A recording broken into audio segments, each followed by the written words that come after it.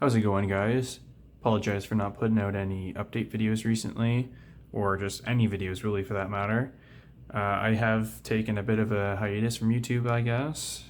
Just a bunch of shit going on, personal life, work, and whatnot. Haven't had a whole lot of time to play around with this little YouTube thing I've been doing. But hopefully, I will be a little bit more consistent with uploads. But yeah, today we're doing an update on my Kodiak Defense K9. So as you can see, there are obviously a couple differences right off the bat. I can't remember if I had the Micro 3X flip up on there or not in the last update, but that is there. I will be doing an in-depth review on it today. I also got a new Sling QD point right here up on the handguard. That's new charging handle, new safety. I picked up one of the flared magwells from Kodiak, which loving that. On top of that, well, different stock and different pistol grip. So this pistol grip I switched with the one I had on my WK-180C, just because I shoot this gun more and I like this handguard, this pistol grip more. It's more comfortable. This stock is new. Put this on here. My old one didn't have a QD point and whatnot, so I took the old stock off and I put that on my 180C as well. And then yeah, lastly, I got a new butt plate on here. So this has 3 QD points. So I will be going over all these changes a little bit closer. I'm just giving a quick rundown.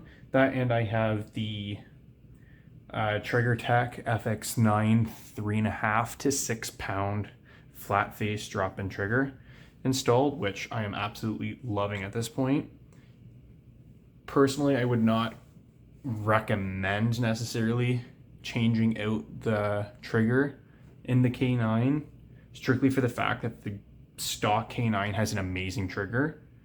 I once again won another Trigger Tech trigger in a raffle, so yeah, we're here now. So that's what I have in my gun, is because I won another one. I probably would not spend the $300-400 depending on the model of trigger you get to replace the one that comes in the gun, because it's an amazing, like I said, an amazing trigger out of the box. It's a lot better than the FX9 if you're familiar with those. K9's trigger is really, really good. Okay guys, so the first upgraded part I'm going to really go over properly is the Lockhart Tactical Enhanced Triple QD Sling Mount End Plate. Holy shit, that's a mouthful. So that is this piece right here. It's simple enough to replace. You just need armorer's wrench, really. Really, you could make do without having one. It definitely makes things a lot easier. You just simply take off your stock, and then you have to remove the actual castle nut here, and then you could pop off the old end plate. Just be careful you do not lose the spring that is holding the rear takedown pin, because that is one of the main jobs of the butt plate. So with this new butt plate here, like the name suggests, it's a triple QD sling mount point. So you can see straight through it. Obviously there's a sling point here, the gun over, another one on this side, as well as a third one on the back here. So I really like this as an upgrade, because I like when I'm training and whatnot with this firearm, not so much when I'm in competition with it, but when I'm training with it, to be running a sling. And this allows me to have the ability to run not only double point slings, but also a single point sling as well, which I have the Magpul, one of the Magpul Gen 4 slings, and you can actually adjust it from being a single to a double point sling, which is awesome. So you just have a lot more flexibility with what you can do with it. Okay, so I do want to start off by saying I did a while back at a shooting comp earlier this year have the castle nut actually back off a little ways, which caused the end plate to wiggle loose and the spring in the rear detent takedown pin actually get ejected and crushed. I do have a couple pictures that I'll insert if I can find them showing this. So what I ended up doing is reaching out to Kodiak Defense once again and explaining what happened. No questions asked. And they sent me a brand new spring in the mail within a week. it was in my mailbox, which is awesome. I've loved the customer experience working with Kodiak Defense so far.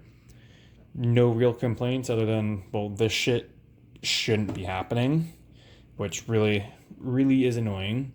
So since then, I have Loctited the fuck out of the castle nut. There's a shit ton of blue Loctite on there, which when I clean my gun, I'm not taking the fucking buffer tube and all that bullshit out. So I don't think it's too big of a deal. It's also just blue Loctite, so I can take it out easy enough, but that is something that had to be said. But yeah, so far I am loving this new end plate. I think it looks really clean and adds a lot to the build, as well as adding a lot of functionality and flexibility to the gun. All right, so next on the chopping block, I have the Magpul DT Carbine stock, which is MilSpec configuration. So this stock, as I stated, has replaced the old Magpul stock that used to run on this rifle. Again, no worries. It didn't go to waste. It is on my other rifle. My main reason for replacing the stock was I wanted something better that didn't have as much play to it and was held down a lot more securely. So with the old setup I had a couple wraps of electrical tape on the actual buffer tube itself to keep it from rattling. But that really just caused it to get gummed up a little bit from the little wear on the electrical tape itself from adjusting the stock, which I was not a big fan of. As well as I also wanted to be able to have a sling point on it, so I'd have the ability to run dual point slings in conjunction with the new front QD point. But yeah, I am definitely loving this. The only one weird thing I have noticed about it is it isn't like my old stock where you can just take it off by hand by pulling this. It is a lot heavier. What you actually need to do is push this in, and then there's a little pinhole right here that you have to get some kind of tool or a screwdriver or whatever you got on hand, stick that in there to pry it open more to actually be able to remove the stock. You will have one hell of a hard time removing it the normal way you would with some of the other Magpul stocks where you can just pull down on this bar with your finger. That's not really an option with this stock, which that isn't really too big of a problem. I mean, how often do you take your stock off, really? Unless you're like me and the castle nut comes loose on you. Then it might be a bit of a pain having this, but I haven't had any problems with it since I've Loctited the castle nut. So I've mentioned the QD point on my handguard a couple times now, which you can clearly see right here. Really liking it. Looks really clean. But this is the Strike Industries Link Angled QD mount. So this QD mount is built really high quality aluminum. I'm really loving it so far. It's super, super sturdy. It looks very clean. I love the color to it, burnt bronze. It like matches my Browning A5 perfectly. I mean, obviously this isn't my A5, but it looks really clean next to it. Yeah, I love running this with a 2-point sling personally. I definitely do that a little bit more than the single point sling. And yeah, I just love what a front QD sling offers. Obviously, you don't have to go something quite this fancy. You can get away with a $20-$30 Magpul one. But yeah, I just really like the look of this one really and figured, fuck it, why not? I've already put enough money into this, might as well build it out exactly how I could want it, like dream build kind of thing. Yeah, I can't really see wanting to replace anything on this firearm in the future. Originally, I did want to put an aimpoint acro on here instead of the hollow sun on here, but I'm really loving the circle dot that this has, and I can't really see a scenario where I'd want to change out the circle dot for anything. Yeah, and this micro 3X has been really awesome too, so I can't see wanting to do that. The only way I could ever see wanting to change out anything on this is if I get the restricted short barrel version, or just the upper, then I might put the magnifier and the red dot on there, and then put an LVPO on the full 18-inch barrel. That's the only way I could really see making any noticeable changes to this rifle, is if I end up getting the restricted upper. So next on the agenda is this right here. This is the Kodiak Defense K9 flat-aired magwell. Pretty explanatory name. It's a flared magwell for the Kodiak Defense K9, and as you can clearly see, it is produced by Kodiak Defense. So that is pretty cool that they do offer a flared magwell already. So unlike the FX9, this does not cost $200 for no apparent reason. When I bought this, I believe it was $75 on their site, which, I mean, it's a little higher than what I would think it would be worth. Like, it's just a little piece of machined aluminum. However, it is very high quality. I wish it did secure a little bit better to the gun. There is a little bit of play to it, as I'm sure you'd be able to hear. It's very audible in person. Don't know if it's going to follow through with the video or not. But like, just the way that this mounts, it's only got a single screw right here. And it's got a little plate that pinches in. So that's the only securement on there. I wish they would have come up with something that had both sides with a lockjaw on it and another set screw. However, it doesn't come that way. Hopefully, if they ever come out with a Gen 2, they will address that. Again, I Loctited the shit out of that screw. Don't want it to come loose. It already rattles enough as it is. Don't need it to have any help doing that. But apart from it being a little bit loose, it is actually a very nice piece of equipment. It does make reloading a whole lot easier. You can really come in on a harsh angle and get it to feed in real nice. So in competition situations, as well as any other situation where your adrenaline might be going, your heart rate might be up, it definitely does help having this flared magwell. Reloading is a lot easier and you can do it much, much more consistently. And obviously, I am not putting live ammo into my firearm in my house. So mag is unloaded, just in case anyone was worried. But yeah, I honestly love it. One of the better additions I think you can make to this firearm. A lot of the other things I've done to this gun are probably a little bit unnecessary and you don't need to do to yours. But that's what I'm here for. I'm telling you what I've done to mine so you can make an opinion for yourself if it's worth it or not for you. So, yeah, as I was saying, I would definitely suggest getting one of these. I really do like it. Maybe wait a little while and see if they ever come out with a Gen 2 that secures a little bit better to the gun. But apart from that, great addition to the kit.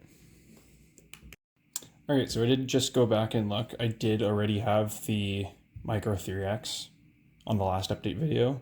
However, I didn't have many rounds through it, so I didn't do a review for it. I will save that for the end of the video. So right now what I will do is I'll go over some of the last additions to the firearm. I mean, Trigger Tech trigger. If you've seen my other videos, you know I love these triggers and all my other firearms. I think they're really high quality and really nice. Still think that great trigger. Definitely better than the old trigger. Like I was saying, probably don't need to upgrade it if this was your firearm. I really wouldn't suggest doing it unless you get one hell of a deal on a new drop-in trigger. That, or you're like me and you get this one for free. So to carry on, we're going to go over the two Radian additions I've made to the firearm. The Radian Raptor charging handle, as you can see here, as well as the Radian Weapons Talon Ambi 45 90-degree safety selector. So to start off with the safety selector, it is an Ambi safety selector, which I only have one safety lever on currently. So I decided not to put one on the other side just because I think it's more comfortable only having it with the one.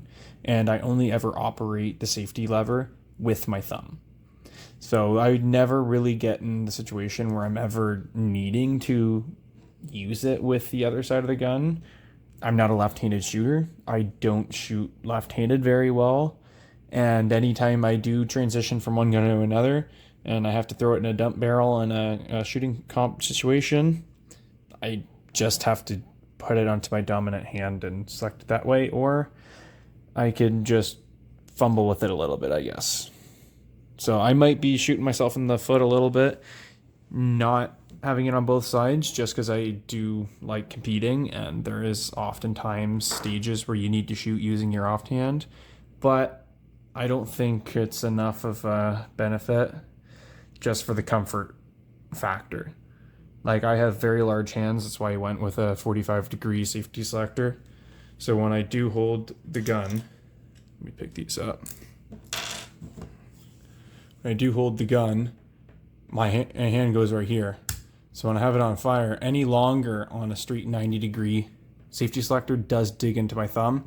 Same thing can be said with the other side of the gun with my index finger.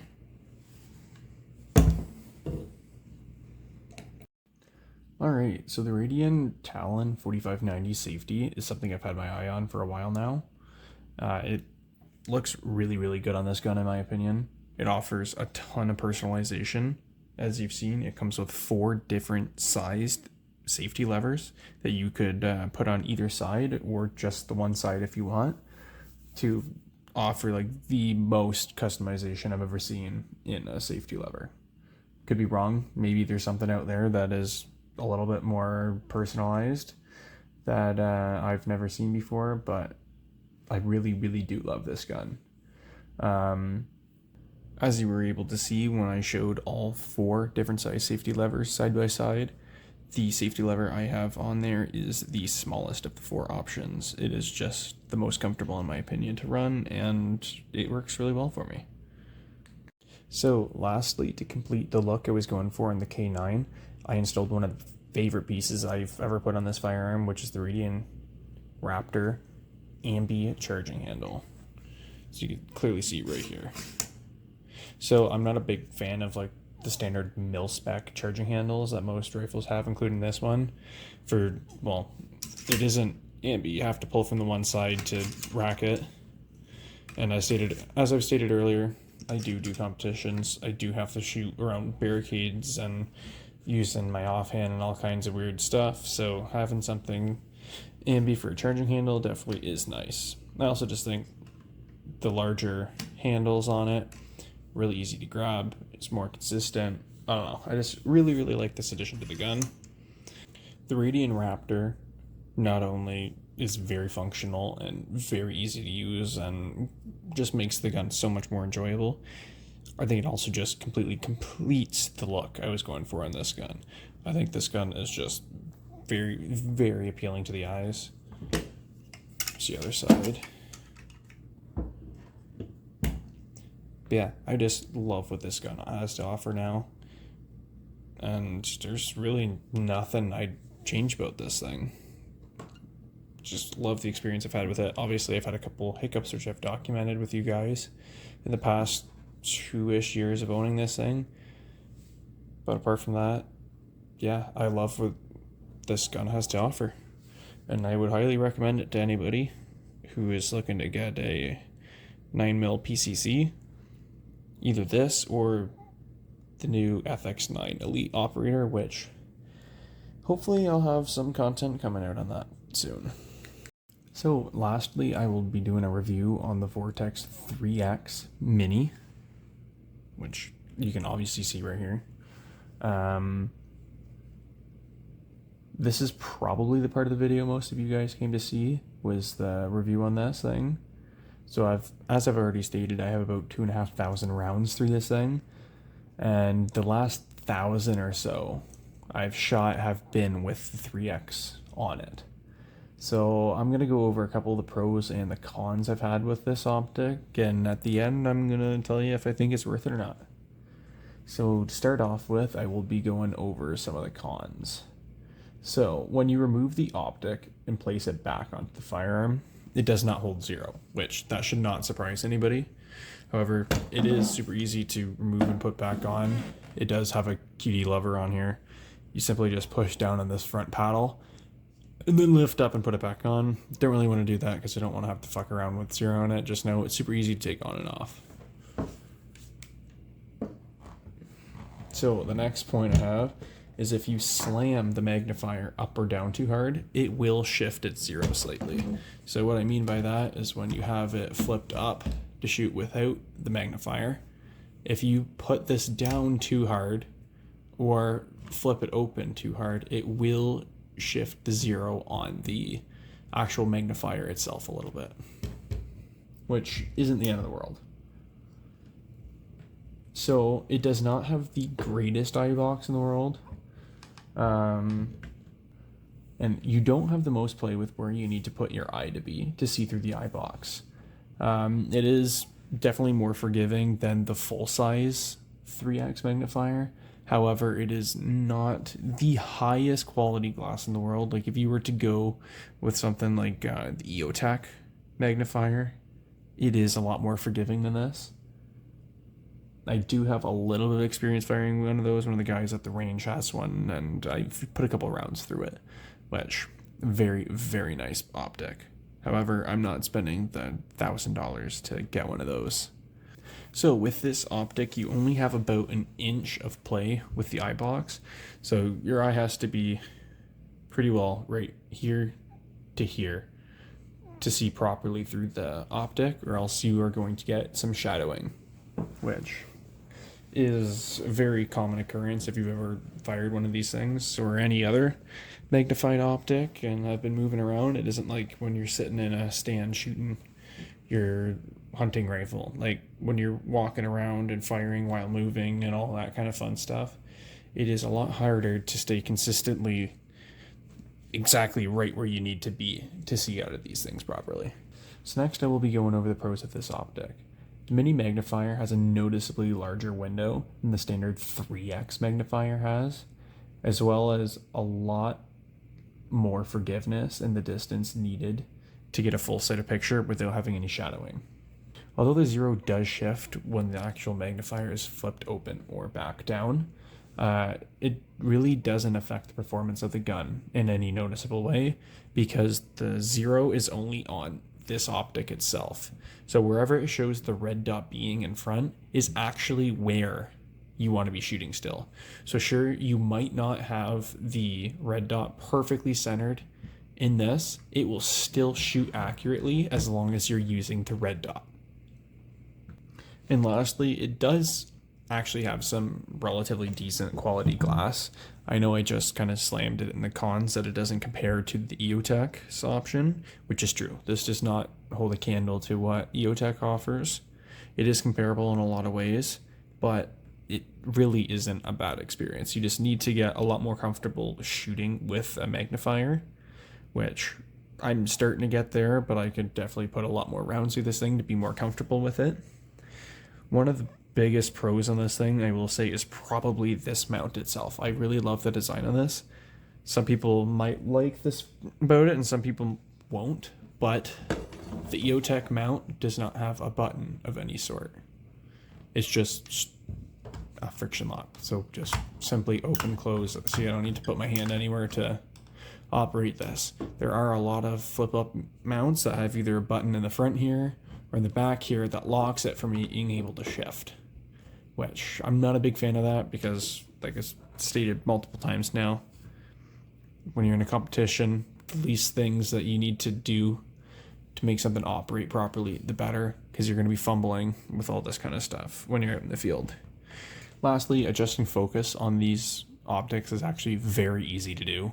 You just simply twist one way or the other, and you'll adjust for the expected distance you'll be shooting at. So if you have the 3x up and you're shooting at something 50 yards away and it's small and you want to use this, you might have to shift it one way or the other, versus something if you're shooting it at 100 or so yards away, you'll have to adjust it again. So that is very easy to do on this optic.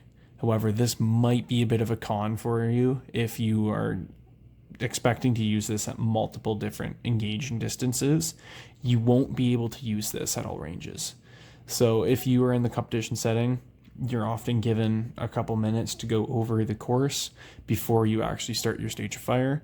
So at that point, I would suggest using this and getting it dialed in perfectly for whatever target you think you're going to have the hardest time shooting, whether you want to have it set up to go for the small, closer target that might only be the size of, I don't know, a baseball or a ping pong ball. Or you can have it dialed in to go for your longer range targets. If you have a smaller silhouette target or a flipper of some kind, at 50 to 100 yards, you might want to dial it in for that. Just know you might not be able to use this at every single distance in a competition. All right, so in conclusion, I would definitely recommend this optic for anyone looking for a good or decent quality flip-up magnifier. It is not trying to break the bank, and buy one of those EOTech magnifiers I've mentioned before. Similar to the EOTech, the Vortex offers both a 3x and a 6x flip-up magnifier. Do not even look at the regular. I would only recommend looking into the minis personally, because simply the glass quality is so much better on the minis. The full size, once again, not worth it. I've dicked around with them a little bit and not a pleasant experience in any regard. But yeah, I would definitely recommend picking one of these magnifiers up, especially if you're getting into shooting. You could always go straight for the EOTech, but in my opinion, I don't think that's necessary for a flip-up magnifier, because most of the time you're not doing super long-range engagements to begin with. Like, it's primarily a red dot that I'm using, but I have this backup to help me with some of the smaller or further away targets, which is a lot of versatility that this attachment can add. If you think you're going to do a whole lot of long-distance shooting, personally, I'd probably recommend you not run a red dot as your primary optic. At that point, you might as well run an LVPO with a good 1x performance, or even run an LVPO with a canted red dot off to the side or a top-mounted red dot. That could easily be a better option for you. So it's all dependent on what you think you're going to be doing with the rifle. However, I think this suits me very well, and this is exactly what I needed.